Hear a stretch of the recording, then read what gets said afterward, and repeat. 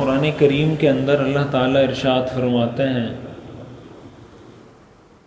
کہ کچھ لوگ ایسے ہیں منہم من عاہد اللہ، جنہوں نے اللہ سے وعدہ کیا لئن آتانا من فضلی، اگر اللہ ہمیں اپنا فضل دے دے یعنی مال دے دے، لنصدقن،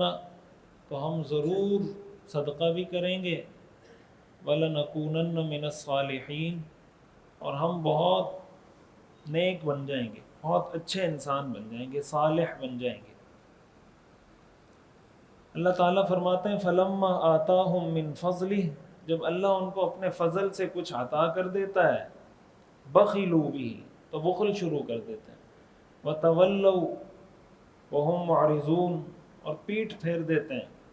اعراض کرتے ہیں۔ اس کا نتیجہ کیا ہوتا ہے؟ فَأَعْقَبَهُمْ نِفَاقًا فِي قُلُوبِهِمْ، اللہ اس گناہ کی وجہ سے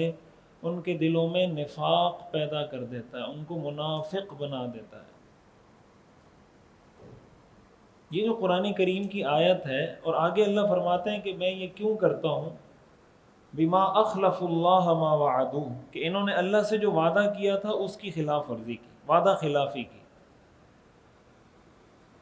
اس آیت سے ایک تو یہ بات معلوم ہوتی ہے کہ جب انسان اللہ سے کوئی چیز مانگے،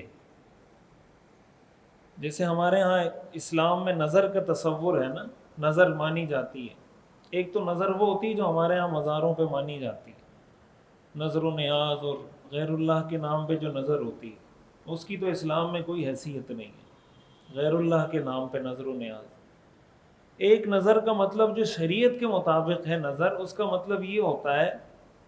کہ مثال کے طور پر کوئی آدمی یہ کہہ دے کہ اگر اللہ نے مجھے بیٹا دے دیا تو میں 10 لوگوں کو کھانا کھلاؤں گا،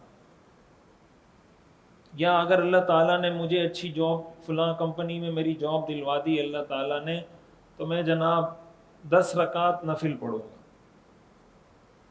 یا اگر میرا یہ کام ہو گیا تو میں اللہ کی راہ میں ایک جانور ذبح کروں گا۔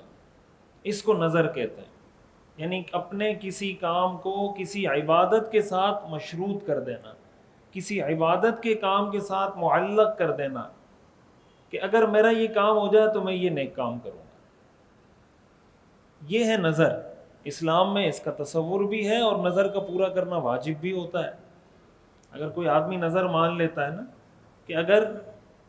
میرا یہ کام ہو گیا تو میں 10 رکعت نفل پڑھوں گا، یا میں ایک قرآن ختم کروں گا، یا میں اتنے پیسے صدقہ کروں گا، تو وہ لازم ہو جاتا ہے، یعنی اگر اس کا وہ کام ہو گیا تو اس کو کرنا پڑے گا، اگر نہیں کرے گا تو گناہ گار ہوگا۔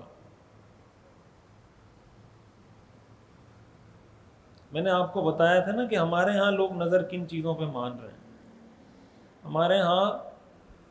ایسی خواتین بھی ہیں جب ڈرامے دیکھ رہی ہوتی ہیں، میں نے پچھلی دفعہ بھی بتایا تھا، ڈرامے کا کئی ایپیسوڈ ختم ہو رہا ہے، اور وہاں پہ کسی عورت کو دیکھا کہ کسی بری حالت میں ہے، اور بہت کوئی شوہر اس سے جھگڑ رہا ہے، لڑ رہا ہے، تو ہماری عورتیں نظر مانتی ہیں کہ یا اللہ اس عورت کو، اس شوہر کا اگر پیار مل جائے تو میں 10 رکعت نفل پڑھوں۔ یہ میں آپ کو ریئل وہ بتا رہا ہوں، واقعات، یعنی جو گراؤنڈ ریالٹی ہے وہ بتا رہا ہوں۔ ہمارے ہاں لوگ اتنے شوق سے ڈرامے دیکھتے ہیں، خواتین اتنے شوق سے ڈرامے دیکھتی ہیں کہ وہ کہہ بھی رہی ہیں کہ ڈرامہ ہے، پھر نظر بھی مان رہی ہیں۔ کچھ 1.5-2 سال پہلے کچھ ہوا تھا، پتہ نہیں دانش مر گیا تھا، کیا ہو گیا تھا، کوئی ڈرامہ تھا، کیا تھا، اس طرح کچھ چل رہا تھا۔ میں مسجد میں تھا تو ایک بندہ آ رہا ہے کہہ رہا مفتی صاحب دانش مر گیا، دانش نام تھا، پتہ نہیں مجھے نام یاد نہیں ہے، دوسرا آ رہا ہے بھائی دانش مر گیا، تیسرا، جیسے نہیں رونے والی کیفیت ہو رہی تھی۔ اتنا اگر ہم اپنی حالت زار پہ رو لیں نا، جو ہمارے حالات بنے ہوئے ہیں دینی لحاظ سے، معاشی لحاظ سے، سیاسی لحاظ سے، ملکی لحاظ سے، اگر اتنا ہم اس کے لیے فکر مند ہو جائیں جتنا ہم ڈراموں کے ایکٹرز کے لیے، ڈراموں کے کرداروں کے لیے فکر مند ہوتے ہیں، تو اللہ ہمارے حالات بدل دے گا۔ تو نظر کا مطلب یہ ہوتا ہے کہ آدمی کسی اپنے کام، کسی جائز کام کے لیے، کسی عبادت کے ساتھ اس کو مشروط کرتے ہیں، میرا یہ کام ہو گیا تو میں یہ عبادت کروں گا۔ قرآن کریم میں اللہ فرماتے ہیں کہ کچھ لوگ ایسے ہیں جو اللہ سے وعدہ تو کر لیتے ہیں کہ آپ مجھے پیسے دے دیں،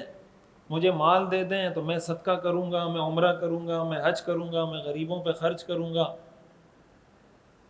اور جب اللہ وہ نعمت دے دیتا ہے تو پیچھے ہٹ جاتے ہیں۔ اب یہ تو اللہ تعالیٰ نے ایک مثال دی ہے مال کی،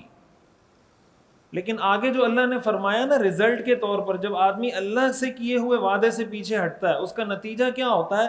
فَأَعْقَبَهُمْ نِفَاقًا فِي قُلُوبِهِمْ، اللہ ایسے لوگوں کے دلوں میں نفاق پیدا کر دیتا ہے، یعنی ایسی قوم کو اللہ منافق بنا دیتا ہے، ایسے شخص کو اللہ منافق بنا دیتا ہے، ایسی فیملی کو اللہ منافق بنا دیتا ہے۔ یہ منافقت ہی ہے نا۔ منافقت کیا ہوتی ہے؟ کہ آپ کہہ کچھ رہے ہیں کر کچھ رہے ہیں، اسی کو منافقت کہتے ہیں۔ تو کہہ تو آپ رہے تھے کہ اگر اللہ یہ کر دے تو میں یہ کر دوں گا، اور جب اللہ نے کر دیا تو آپ نے نہیں کیا، اسی کو منافقت کہتے ہیں۔ تو ایک تو یہ بات ذہن میں رکھنی چاہیے کہ اللہ تعالیٰ نے جو نعمتیں دی ہیں، وہ کوئی بھی نعمت ہے، وہ پیسہ ہے، وہ اولاد ہے، وہ عزت ہے، وہ شہرت ہے، جو بھی اللہ نے نعمت دنیا میں دی ہے، اس نعمت کو ناجائز مقاصد میں استعمال نہ کریں۔ پیسہ ہے تو اس کو ناجائز مقصد میں استعمال نہ کریں، اولاد ہے تو اس کی تربیت سے اپنے آپ کو غافل نہ کریں۔ دینی تربیت، ہمارے ہاں بہت بڑا المیہ یہ ہے کہ آپ دیکھ لیں ہم میں سے ہر آدمی اللہ سے اولاد کی دعا کرتا ہے نا، جب اس کی شادی ہوتی ہے تو اللہ سے دعا کرتا ہے اللہ مجھے اولاد دے دے، اور بہت سارے وعدے بھی ہم کرتے ہیں اللہ سے کہ اللہ میں اپنی اولاد کو ایسا نیک بناؤں گا اور یہ کروں گا اور وہ کروں گا، نیک صالح۔ لیکن جب اولاد مل جاتی ہے تو پھر ان کی دینی تربیت کے حوالے سے ہم غفلت کرتے ہیں۔ اسکول میں ایڈمیشن کروا دیں گے، کالج میں کروا دیں گے، یونیورسٹی میں کروا دیں گے، لیکن بچے کی تربیت کیا ہو رہی ہے اس کی ہمیں پرواہ نہیں ہوتی۔ ہم میں سے میجورٹی، اکثریت اس لیے مسلمان ہے کہ ہم مسلمان گھر میں پیدا ہوئے ہیں، بس ہم اس لیے مسلمان ہیں کہ ہمارے ابا مسلمان ہیں، ہماری اماں مسلمان۔ باقی ہمیں اسلام کے بارے میں کتنا پتہ ہے، اسلام کی ہمیں کتنی نالج ہے، وہ ہر آدمی اپنے آپ کو جج کر لے۔ یہ تو کوئی مشکل فارمولہ نہیں ہے، ہر آدمی دیکھ لے کہ مجھے اسلام کا کتنا پتہ ہے، کہ اسلام کا اخلاقی نظام کیا ہے، اسلام کا سیاسی نظام کیا ہے، اسلام کا معاشی اور اقتصادی نظام کیا ہے، جو معاشرتی نظام ہے، گھریلو سسٹم ہے، بازار کا سسٹم ہے، اسلام کا کیا سسٹم ہے۔ ظاہر ہے کہ ہمیں اس کا پتہ نہیں ہے، اور پتہ ہونا چاہیے۔ یہی وجہ ہے کہ جب ہمارے سامنے کوئی دوسرا شخص، یا مثال کے طور پر مغرب کا کوئی کلچر آتا ہے، ویسٹ کا کوئی کلچر آتا ہے، ان کی جانب سے کوئی تھیوری آتی ہے، ہم اس کو ایکسیپٹ کر لیتے ہیں، اس لیے کہ اس کو ہم پڑھ بھی رہے ہوتے ہیں، اسٹڈی بھی کر رہے ہوتے ہیں، اس پہ ہم یقین بھی کر رہے ہوتے ہیں، لیکن قرآن حدیث کے ذریعے جو ہمیں تھیوری جو بتائی جا رہی ہے